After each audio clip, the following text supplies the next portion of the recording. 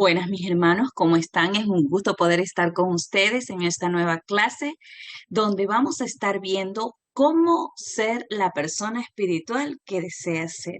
Estoy seguro que esta clase te bendecirá. Como les recordamos, estamos viendo la quinta clase del libro Victoria sobre la Oscuridad de la Escuela Discipulado Básico de Comunidad Cristiana Oasis. Cierra sus ojitos y en esta hora vamos a orar. Padre, te damos gracias por todo lo que haces y harás. Queremos pedirte que tú puedas ser propicio en esta hora, Señor, y puedas gobernar de manera sobreabundante este tiempo donde queremos honrarte, Dios, y poder, mi Dios, entender tu palabra. Te pido, Señor amado, que tú puedas edificar a esta tu iglesia para que podamos hacer lo que tú nos mandaste hacer, Señor, con éxito y podamos entender qué es lo que se nos ha dado. Gracias te damos en el nombre de Jesús. Amén. Amén. El doctor Neil Anderson comienza contando una historia como es de su costumbre.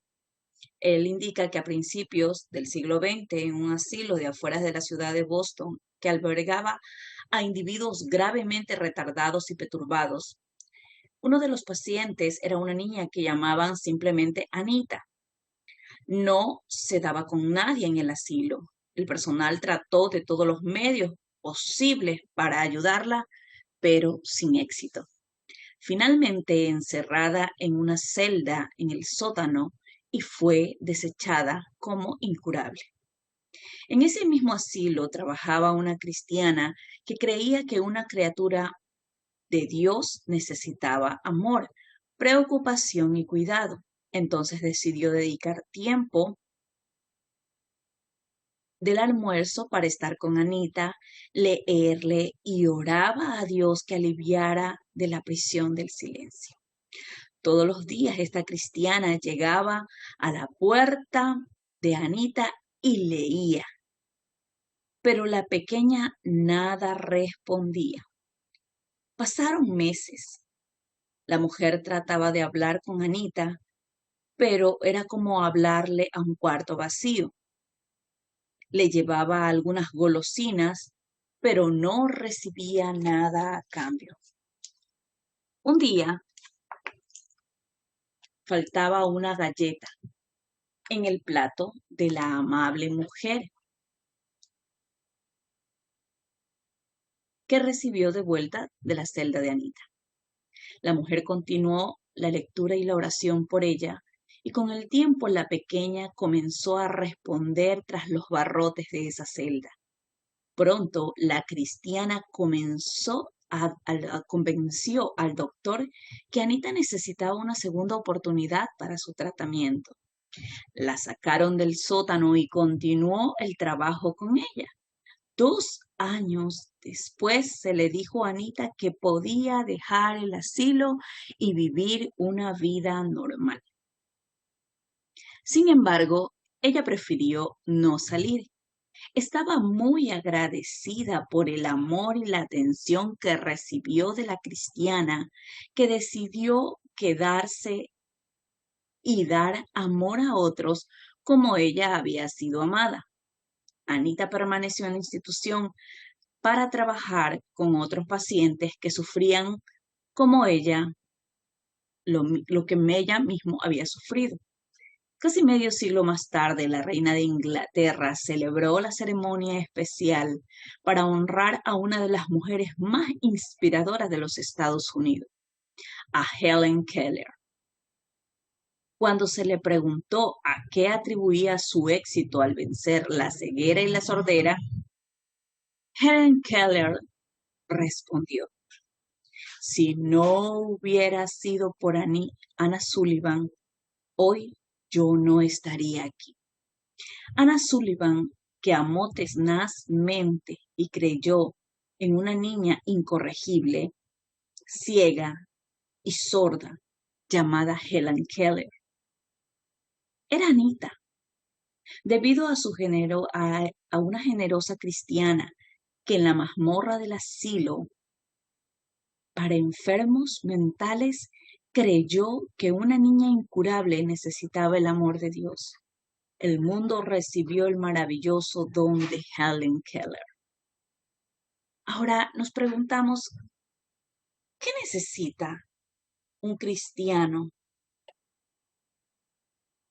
para poder ser ese tipo de cristiano como a aquella que le dio amor a Anita? ¿Qué se necesita para que pasemos la barrera del egoísmo inconsecuente de nuestros deseos carnales para prestar un servicio de amor a Dios y al prójimo? ¿En qué consistió la esencia de la madurez cristiana que motivó a la benefactora de Anna Sullivan para un ministerio tan significativo? Y entonces podemos sacar la conclusión que primero se necesita una firme convicción y comprensión de lo que eres. En el libro de Juan, capítulo 15, el Señor habla de la siguiente manera. Juan 15:5, el Señor nos dice así: yo soy la vid, vosotros los pámpanos. El que permanece en mí y yo en él, éste lleva mucho fruto, porque separados de mí nada podéis hacer.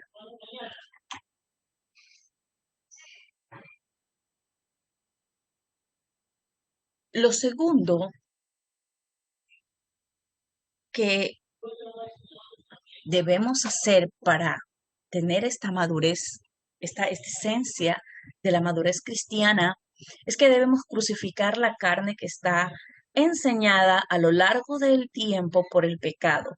Y necesitamos andar en conformidad con lo que eres en Cristo. Romanos 12:2 nos habla que necesitamos renovar nuestro entendimiento. Así que la primera cosa que necesitamos es permanecer en Dios. La segunda cosa es renovar nuestro entendimiento. Toda persona que nace de nuevo verdaderamente necesita renovar su entendimiento. Cuando está hablando el Señor de arrepentirse, necesitamos dejar, porque arrepentirse es dar un giro al contrario, ¿verdad? De lo que yo caminaba y poder renunciar a aquellas obras que yo hacía. Ahora, es dejar toda la maldad y todo aquello para dejarme cambiar y permitir que el Espíritu Santo sea produciendo los cambios. Así que debemos tener una firme comprensión de lo que somos en Cristo. Debemos crucificar la carne que está enseñada a lo largo del pecado y requerimos la gracia de Dios. Es tan necesario que nosotros podamos depender de la gracia de Dios. Y mire lo que dice Romanos capítulo 6:14. Romanos 6:14 dice de la siguiente manera: porque el pecado no se enseñorea de vosotros, pues no estáis bajo la ley, sino bajo la gracia. Ahora, ¿cómo podemos andar por el Espíritu? Si respondemos a esa pregunta y dijéramos, bueno, vamos a hacerlo en 3 pasos, realmente no podríamos hacerlo. Así que necesitamos poder permitir al Espíritu Santo que pueda trabajar en nosotros. El Espíritu Santo es una persona con la que nos relacionamos, es nuestro guía divino y no aquello que puede ponerse en una caja y cuantificarse.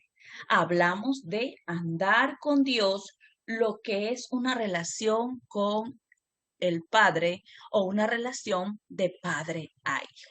Ahora, tenemos un obstáculo, ¿verdad? Y vamos a ver que hay 3 personas y el Espíritu.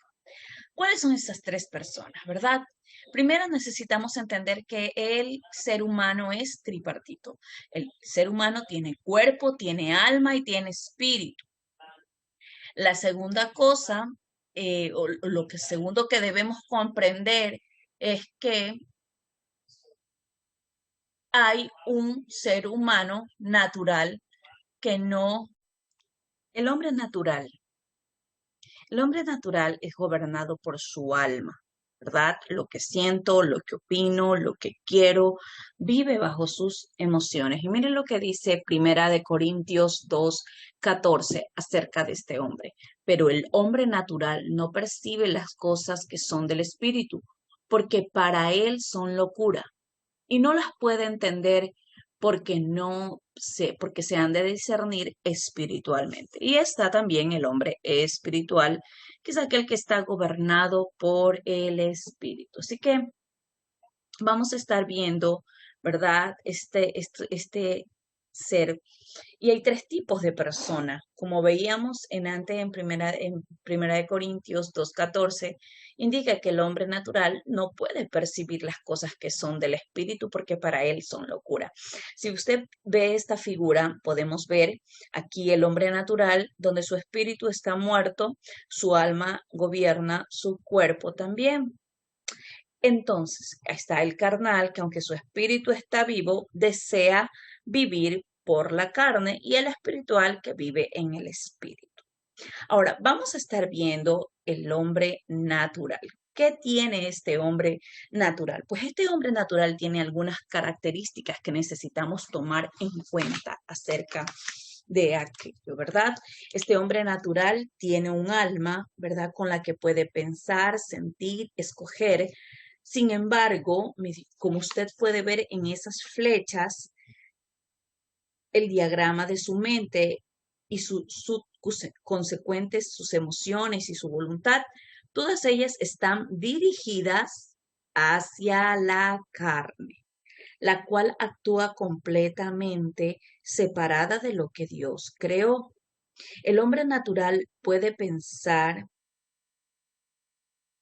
que puede elegir libremente su conducta. Sin embargo, dado que vive en la carne, invariablemente anda según la carne y sus decisiones reflejan las obras de la carne. Miren lo que dice el capítulo 5:19 de Gálatas. Gálatas 5. Dice así: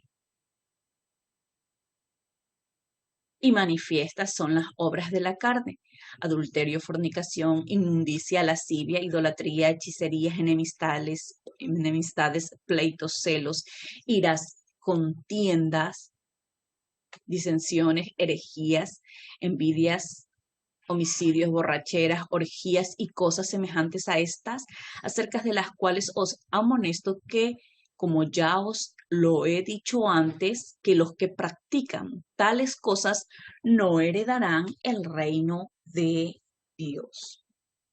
Ahora, esta persona vive en estrés, carece de una base espiritual para enfrentar las decisiones, toma decisiones negativas. La persona natural puede caer víctima de una o más dolencias físicas. La paz mental y la serenidad pues no están en su vida. Y pues lamentablemente esta persona, las acciones, reacciones y hábitos, recuerdos y respuestas de la persona natural lo gobierna su carne. Dice la palabra en Romanos 14:23 que todo lo que proviene de la carne es pecado. El hombre natural no puede evitar luchar con complejos de inseguridad, de incapacidad, de culpa, de preocupaciones y de duda. Ahora, este hombre natural, ¿verdad? Está allí gobernado por su carne y nosotros anteriormente vivíamos en nuestra carne y aprendimos tantos malos hábitos como muchas veces gritar, como decir palabras inadecuadas. Aprendimos tantos hábitos. Si usted tiene la edad que tiene y a esta edad usted conoció a Cristo o de repente ha tenido un tiempo en el que algún momento conoció a Cristo, pero comenzó a andar alejado de él y comenzó de nuevo la carne a gobernar su vida, déjeme decirle que usted necesita desaprender todo lo que aprendió mal. Cuando venimos acá a Cristo, usted y yo necesitamos desaprender todo aquello, porque nuestra carne se acondiciona a poder vivir totalmente alejada de la voluntad de Dios. Vamos a hablar de esta persona espiritual. Esta persona espiritual crucifica la carne responsablemente. Su cuerpo es templo del Espíritu Santo. Esta persona constantemente se expone a la palabra y está renovándose constantemente. Sus emociones están gobernadas y controladas por el Espíritu Santo de Dios. Él tiene gozo, él tiene paz. Y déjeme decirle que gozo no es que me ande riendo todo el tiempo. Gozo es que yo tenga calma, tranquilidad, sosiego en medio de las situaciones difíciles, que tenga paz en mi corazón. Una persona gobernada por el Espíritu se va a notar porque tiene paz. Esta persona no anda en su voluntad, anda haciendo la voluntad del Espíritu y por ende anda dando frutos del Espíritu, que son amor, gozo, paz, paciencia, benignidad. Esta persona, ¿verdad? Vive en salvación, en perdón, en confianza, en aceptación. Ahora, esta persona espiritual es pues uno de los que deseamos, creo que una de las cosas que deseamos todos es poder ser o llegar a ser a este hombre maduro espiritualmente. Este hombre espiritual tiene cuerpo, alma y espíritu. Sin embargo, esta persona ha sufrido una transformación notable. ¿Por qué? Porque esta persona nació de nuevo y en la conversión su espíritu se une al espíritu de Dios y la vida espiritual resultante de esa unión se caracteriza por el perdón de los pecados, la aceptación dentro de la familia de Dios y el sentido positivo de dignidad. El alma del hombre espiritual refleja un cambio generado por el nuevo nacimiento. Ahora recibe el impulso del Espíritu, el Espíritu Santo mismo lo guía. Su mente está siendo renovada y transformada. Sus emociones se caracterizan por la paz y por el gozo, ¿verdad? Ahí vemos. Entonces, este hombre espiritual camina en el fruto del espíritu. Este hombre espiritual se ofrece en sacrificio vivo, se da a servicio de Dios. Sabe que cuando una persona verdaderamente nace del espíritu, esta persona se va a dar en servicio, se va a entregar en sacrificio, no importa si tenga que madrugar, se va a dar totalmente a Dios, no va a poner peros. Pero cuando una persona comienza a poner peros y comienza a poco a poco a dejar o a soltar aquello que un día Dios le dio, entonces ¿sabe qué va a pasar? Esa persona va a terminar lamentablemente en su carne si sigue cediendo a sus impulsos carnales, pero si usted y yo vivimos por el Espíritu, cedemos a lo que el Espíritu nos guía. Dice la palabra que los que son del Espíritu son guiados por el Espíritu Santo. Así que esta persona se va a ofrecer en sacrificio. El modelo de madurez es hacia el cual todos deseamos. Este es el modelo de madurez que todos deseamos, pero a veces no pasa esto. ¿Y por qué no pasa esto? Porque no tenemos ese nivel o ese modelo al cual todos quisiéramos llegar. ¿Sabe por qué? Porque nuestra carne está habituada y a lo malo. Y aunque su espíritu nació de nuevo, aunque el Espíritu Santo está allí queriendo gobernar cada área de nuestra vida, déjeme decirle que hay áreas de tinieblas que solamente por la palabra y el Espíritu van a poder ser ministradas, renovadas y el Espíritu Santo maravillosamente va a poder obrar.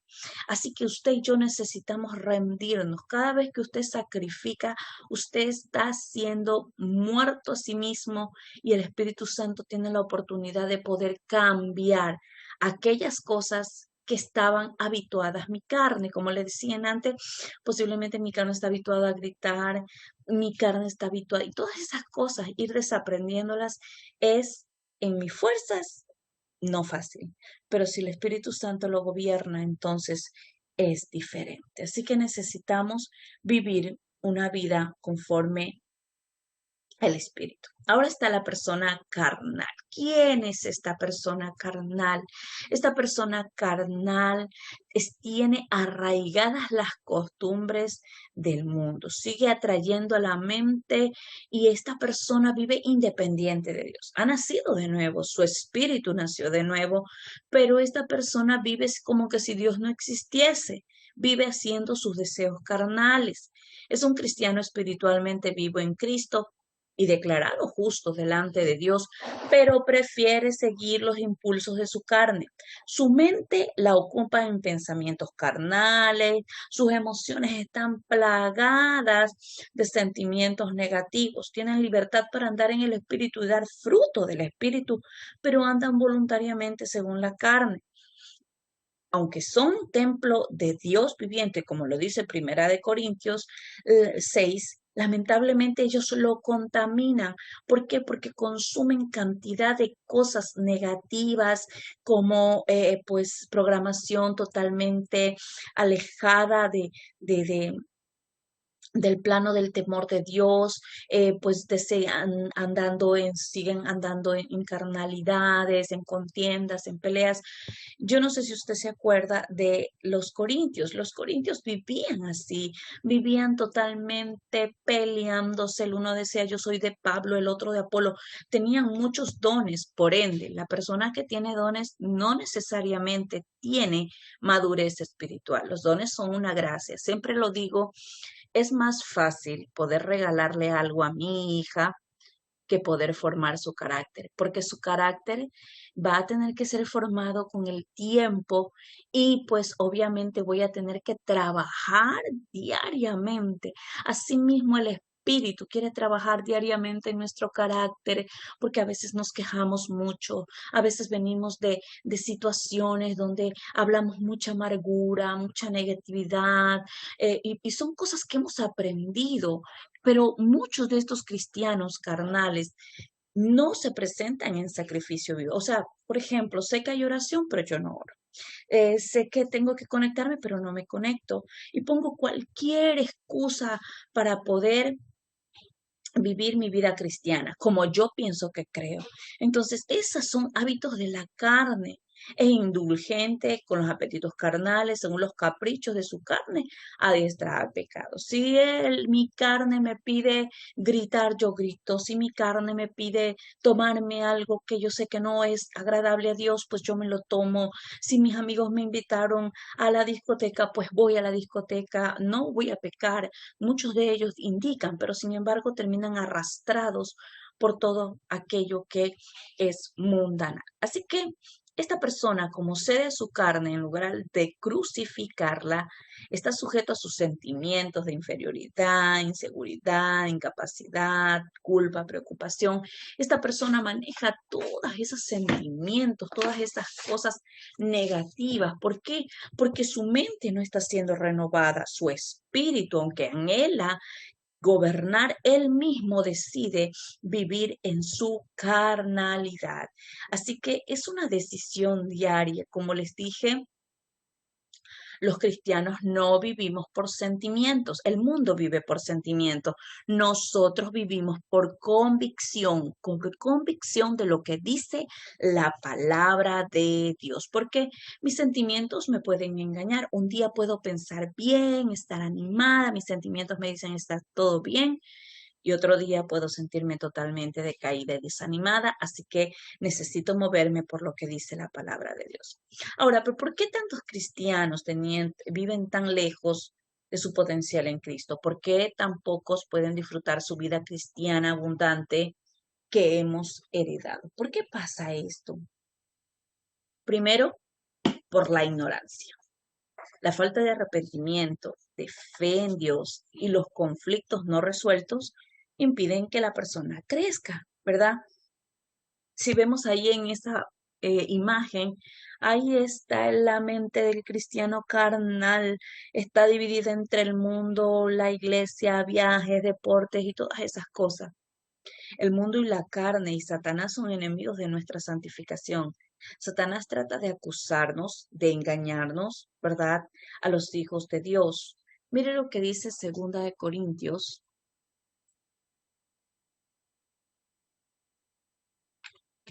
capítulo 2, Segunda de Corintios,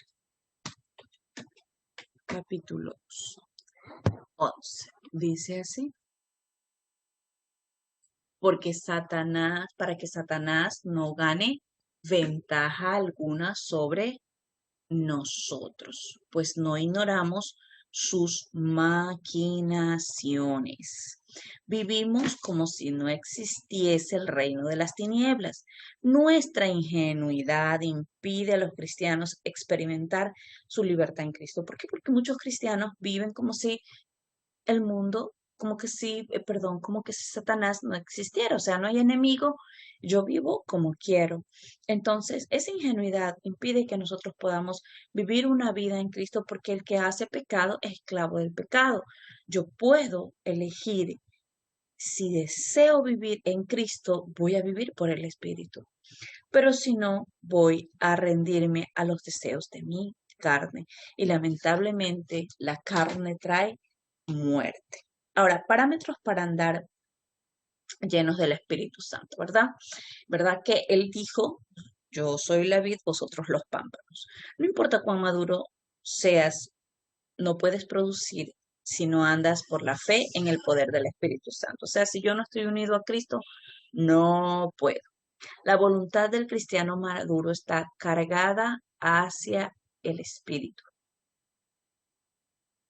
Hacen malas decisiones ocasionales. ¿Qué quiere decir? Un cristiano, ¿verdad?, que anda en el Espíritu, este cristiano está viviendo y tomando decisiones por la palabra, no por sus emociones. Hacen malas acciones, pero ocasionales, o sea, no practico pecado, como lo dice el libro de Primera de Juan. Aprenden diariamente a crucificar la carne por la fe en el poder del Espíritu Santo. Voy delante de Dios y presento mis miembros, como lo dice Romanos capítulo 6. Miren lo que dice Romanos capítulo 6, versículo 13. Romanos 6, 13 dice, ni tampoco presentéis vuestros miembros al pecado como instrumentos de iniquidad, sino presentaos vosotros mismos a Dios como vivos de entre los muertos y vuestros miembros a Dios como instrumento de justicia. ¿Qué es lo que le da a usted problema? Si a usted le da problema su mente, entonces ríndala al Señor y dígale, Señor, llevo mi mente cautiva, yo te entrego estos pensamientos. Si es su lengua, pues Señor, aquí estoy, hablo de más, yo te rindo, Señor, esto. ¿Qué área en su vida? Dice la palabra que no voy a presentar mi cuerpo como, o mis miembros, los miembros de mi cuerpo, como instrumentos de iniquidad o de maldad, sino que los presente, Señor. Aquí está, esto es mi problema, son mis manos que quieren agarrar lo que no deben, son mis pensamientos que me llevan a pensar, pero yo aquí los sujeto a la obediencia, yo aquí te los rindo, Padre, mi mente te sirve, yo renuncio a todo aquello que no es agradable delante de ti y presento, mi Dios, mi cuerpo, mis miembros, Señor, como instrumentos de justicia. Cada vez que rendimos cada área de nuestra vida al Señor, el Espíritu Santo tendrá mucho más gobierno de nosotros. Así que andar en el Espíritu es relación, no es una estricta disciplina. Yo voy rindiéndole porque yo le conozco. La oración es un camino de ida y de regreso con Dios. Requiere escuchar además de pedir. Pablo define lo que significa andar en el Espíritu. Gálatas 5, versículo del 16 al 18, dice de la siguiente manera. Gálatas, digo pues, 5, 16 al 18. Andad en el Espíritu y no satisfagáis los deseos de vuestra carne, porque el deseo de la carne es contra el espíritu y el espíritu es contra la carne, y estos dos se oponen entre sí para que no hagáis lo que quisierais, pero si sois guiados por el espíritu no estás bajo la ley. Así que necesitamos caminar en el espíritu. ¿Para qué? Para que el Espíritu Santo sea gobernando. Ahora, y podamos confesar La oración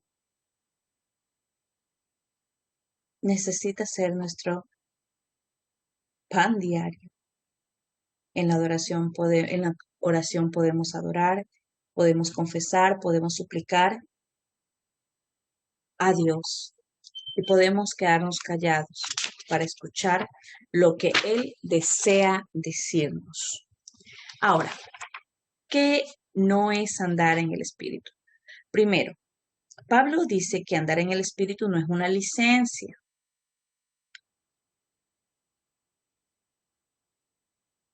Licencia es desconsideración hacia las reglas o reglamentos y constituye el aviso del un privilegio, el abuso de un privilegio.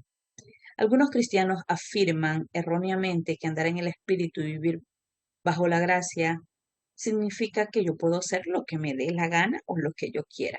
Andar en el Espíritu quiere decir que no puedes hacer lo que se te antoje. Vivir por el Espíritu no es tener libertad de hacer lo que quieras. Eso sería una licencia.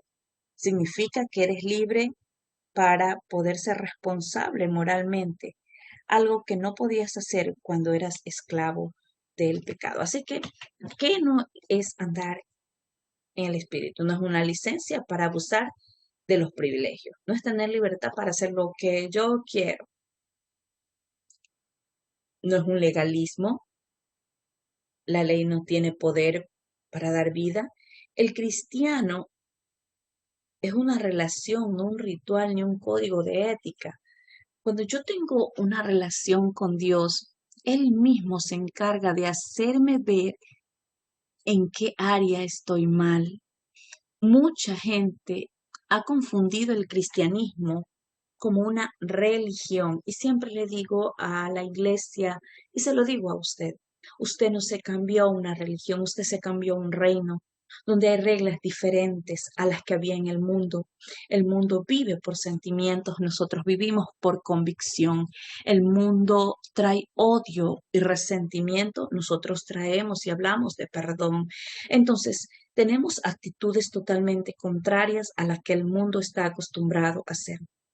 Así que ceder a la tentación trae como consecuencias graves. El acusador no te dará paz cuando trates de vivir bajo la ley. La ley tiene la capacidad de estimular el deseo de hacer lo que intentaba prohibir.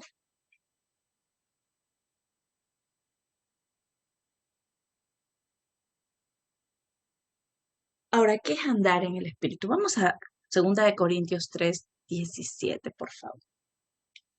2 Corintios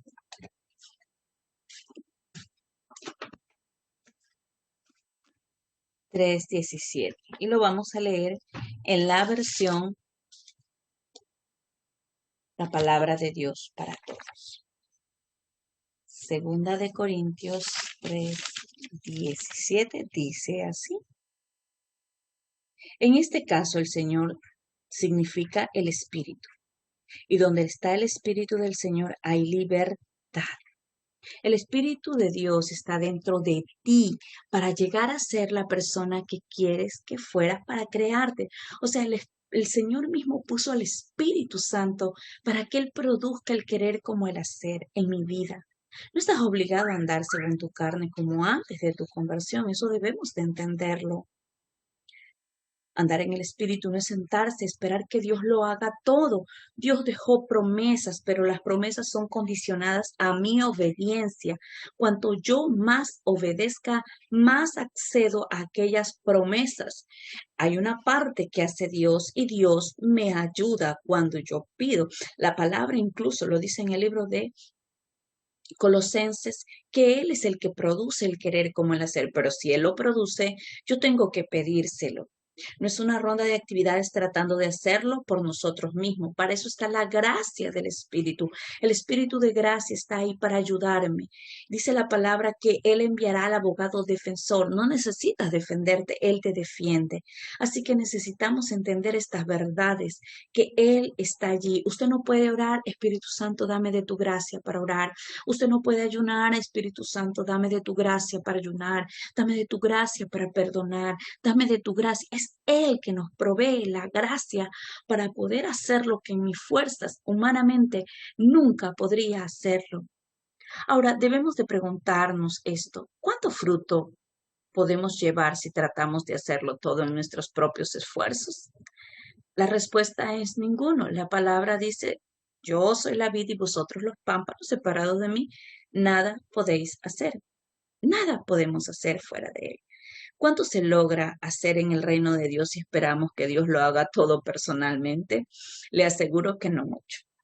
¿Por qué? Porque Dios también le dio una responsabilidad al ser humano. De hecho, de todo lo que usted escuche, de todo lo que usted aprendió, usted y yo vamos a dar cuentas delante de Dios.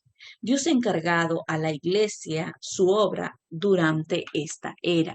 Y es importante que la iglesia tome responsabilidad. ¿Por qué?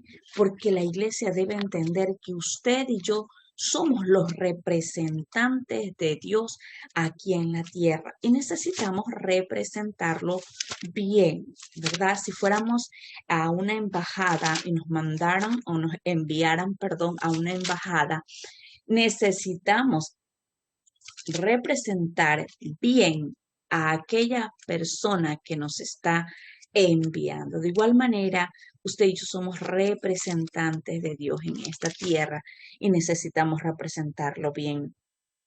Mire lo que dice Efesios 3:10. Esto sucedió para que todas las autoridades y poderes en el cielo conocieran por medio de la iglesia la sabiduría de Dios en todas sus formas. Esto quiere decir que usted y yo mostramos la sabiduría de Dios. Y por último, guiados por el Espíritu. Romanos 8:14 lo dice de la siguiente manera. Romanos 8:14.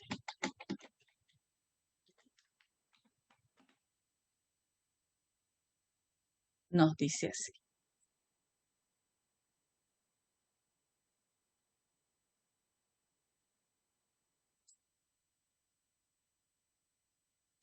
Romanos 8:14.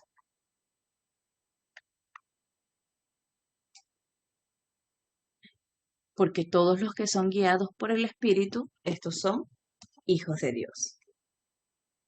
Él es nuestro pastor y nosotros somos sus ovejas, ovejas de su prado. Las ovejas necesitan ser apacentadas y cuidadas, por ende Dios le puso en una comunidad para que usted sea apacentado, guiado. De hecho, cuando usted escucha las enseñanzas o el consejo de su pastor, de su líder, usted está dejándose guiar por el Espíritu, porque de hecho Dios lo que bendice es la obediencia de sus hijos. La prueba es el fruto. ¿Cómo puedes saber si estás caminando según la carne o el Espíritu? Necesitamos mirar nuestra vida. Si nosotros vivimos en contienda, en pelea todo el tiempo, es porque vivimos en nuestra carne. Pero si vivimos con paz, con gozo y permitimos que el Espíritu Santo sea trabajando, pues obviamente Él tendrá libertad para moverse. Las obras son actos espiritualmente muertos. Las obras de la carne son actos espiritualmente muertos y no reflejan la vida de Cristo. Si una persona tiene un acceso de ira y vive según el Espíritu, no. Debemos aprender a tener suficiente conciencia personal para saber cuándo vivimos según la carne y asumir nuestra responsabilidad por las actitudes y las acciones. Es otra cosa, hermano. Escúcheme. Usted y yo no podemos echarle la culpa a los demás de nuestras acciones. Si usted se enojó, fue porque usted decidió enojarse. Nadie lo hizo enojar. Usted decidió enojarse. Muchos de nosotros culpamos a las otras personas de que nos hicieron enojar, pero realmente es de aquello que a veces acumulamos y como acumulamos carga emocional, entonces o tenemos guardado cosas contra aquella persona y vamos como guardándolo y guardándolo y guardando y llega un momento en que explotamos. Pero nadie es responsable de mí mismo, porque si yo le estoy echando la culpa a otra persona, estoy diciendo, esta persona tiene control de mi vida, no lo tengo yo, no tengo dominio propio. Necesitamos caminar a la luz y aprender a confesar nuestros pecados. Dice la palabra que si confesamos nuestros pecados, Él es fiel y justo para perdonarnos y limpiarnos de toda maldad, lo que significa concordar consecuentemente con Dios. Y mientras más practiques esta sencilla disciplina, más vivirás según el Espíritu. Debemos de vivir según el Espíritu. ¿Cómo lo hago? Ya lo vimos, ¿verdad? Necesitamos ejercitarnos espiritualmente con la palabra, con la oración, escuchar continuamente la palabra para que sea cambiando nuestra manera de pensar. Así que mis hermanos, ha sido un gusto poder estar con ustedes. Aquí están las preguntas. Usted va a contestar estas preguntas y vamos a pedirle al Espíritu Santo que nos ayude a caminar en el Espíritu. Padre, sabemos que tenemos una lucha constante porque, mi Dios, muchas veces nuestra carne nos quiere ganar. Pero te pedimos, Espíritu Santo, gobierna nuestras vidas y ayúdanos a poder, Señor, vivir según lo que dice el Espíritu y no lo que dice mi carne. Ayúdame a ser esa persona espiritual que tú quieres que yo sea.